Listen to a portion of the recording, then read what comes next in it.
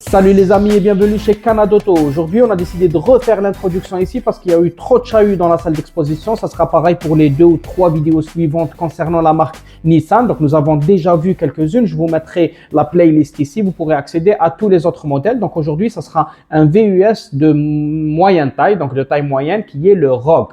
Sous d'autres marchés, ça s'appelle le X-Trail. Donc, nous allons voir une finition platinium, mais évidemment, nous allons voir les différents prix de toutes les finitions et aussi les motorisations et les puissances et toutes les options qui s'offrent à nous. Si vous voulez voir d'autres modèles de chez Nissan ou d'autres marques, n'hésitez pas à nous les recommander dans les commentaires et à vous abonner pour ne rien rater des nouveautés dans le monde automobile. Sans plus tarder, tout ce qui concerne le Nissan Rogue dans cette vidéo, ne bougez pas, à tout de suite.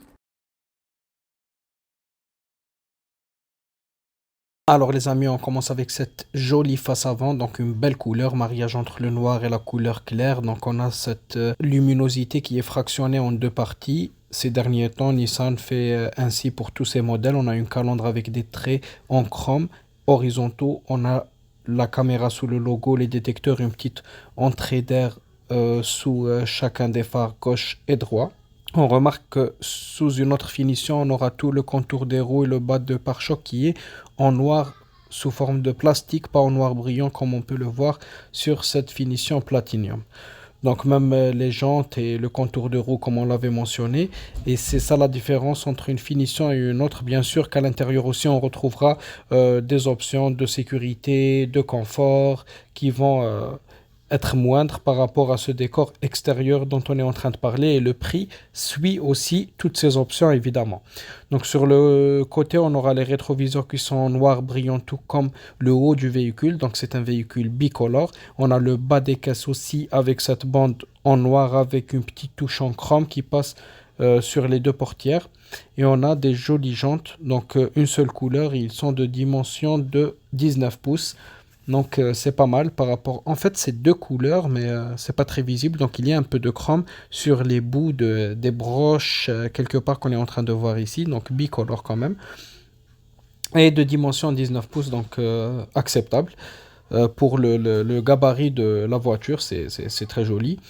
On aura donc l'insertion du clignotant ainsi que la caméra pour avoir une vision 360. Les poignées de porte la même couleur que la carrosserie et on pourra accéder sans utiliser de clé, donc keyless. Donc on voit que la voiture elle est très belle, très raffinée. On a une touche en chrome qui passe sur la vitre avant et arrière du véhicule. On retrouvera les vitres arrière et la lunette arrière qui sont surteintées. Donc ça rajoute un peu de luxe à la voiture. Et voici la touche en chrome dont on parlait. En plus des barres de toit, la petite antenne. Et là, c'est la lunette arrière et la petite casquette. Donc, on remarque que la finition, c'est platinium. On a le AWD qui vient attester des 4 roues motrices de notre voiture. On a des détecteurs d'obstacles et une caméra de recul, évidemment, sous le G de Rogue. Et on aura donc une touche en chrome qui sépare le plastique, qui est ici donc un noir très joli, très brillant par rapport à celui-là. Qui est un plastique, donc pas de noir brillant comme pour l'autre finition. Et on pourra évidemment fermer le haillon électriquement pour les deux finitions. On passe maintenant voir l'intérieur. À l'intérieur, on remarque que c'est très très bien fini. Donc on a du plastique mais qui n'est pas en noir. Donc on joue avec certaines couleurs. Donc on aura le rideau en plus des vitres qui sont teintées, donc une belle protection contre les rayons solaires. On aura ici le bouton pour les vitres électriques avec un joli contour en noir. Il n'est pas brillant cette fois-ci, mais c'est quand même très original. On aura du cuir sur piqûre en blanc, la poignée en chrome avec le contour aussi, et pas mal de rangements dans le véhicule. Donc on aura des sièges qui ont l'air très confortables.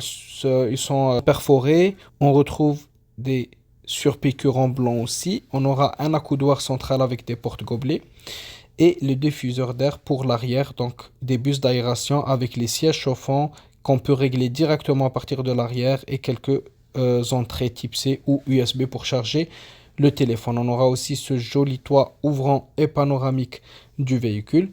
Donc ça donne une belle luminosité, même si les vitres sont teintées, il reste quand même pas mal de lumière qui pourra entrer grâce à tout ce toit panoramique. Donc on a ici la portière avant, donc pas mal de progrès par rapport à l'arrière, notamment sur les lumières LED. On a les mémorisations du siège, on a les 4 vitres électriques, réglage des rétroviseurs qui est électrique. On a ici le signalement de l'angle mort. S'il y a quelqu'un sur l'angle mort, au moins, on pourra ne pas dépasser parce que ça créera un danger. Les sièges, évidemment, à réglage électrique, vu qu'on a vu les mémoires. Siège en cuir, tout comme à l'arrière. On a un joli rangement en dessous de la console centrale. Et voici notre console centrale. Et là, si on accède au véhicule, on retrouvera une petite touche en bois qui passe. Donc, en plus des LED, cette touche-là va passer sur tout le long de notre tableau de bord qui contient aussi du cuir avec surpiqûre en blanc, en plus de quelques plastiques, mais colorés comme on l'avait trouvé dans les portières. Donc, en plus du bois, on a cette touche en chrome qui vient souligner euh, un peu tout notre tableau de bord et les commandes ici qui sont destinées pour tout ce qui est climatisation, siège chauffant, etc. Et on a au-dessous, euh, au- et en dessous, on aura même le chargeur du téléphone sans fil, le bouton pour démarrer le véhicule sans clé, le volant chauffant, donc pas mal d'options en plus du siège chauffant et la clim digitale, Bison, etc. On aura ici donc le petit écran avec les caméras, navigation, etc. Le frein à main sous forme de bouton, donc électrique, l'auto-hold, deux porte-gobelets, les modes de conduite, le pommeau de vitesse, il n'est pas en cuir, mais il est quand même original, donc une taille très jolie. Donc là, c'est les différents modes de conduite dont on parlait tout à l'heure et le rangement en dessous de notre accoudoir avant, donc qui est en cuir avec toujours des surpiqûres en blanc pour cette finition-là. Et on aura du rangement dans la boîte à gants, évidemment. On a des palettes au volant, le volant en cuir, des touches au volant qui nous permettent soit de modifier la visibilité ou ce qu'il y a donc dans notre cockpit virtuel, le volume de notre radio, la commande vocale et beaucoup d'autres choses. Donc le régulateur, limitateur de vitesse qui sont adaptatifs aussi. Et ces jolies deux palettes quand on aura un mode de conduite manuelle.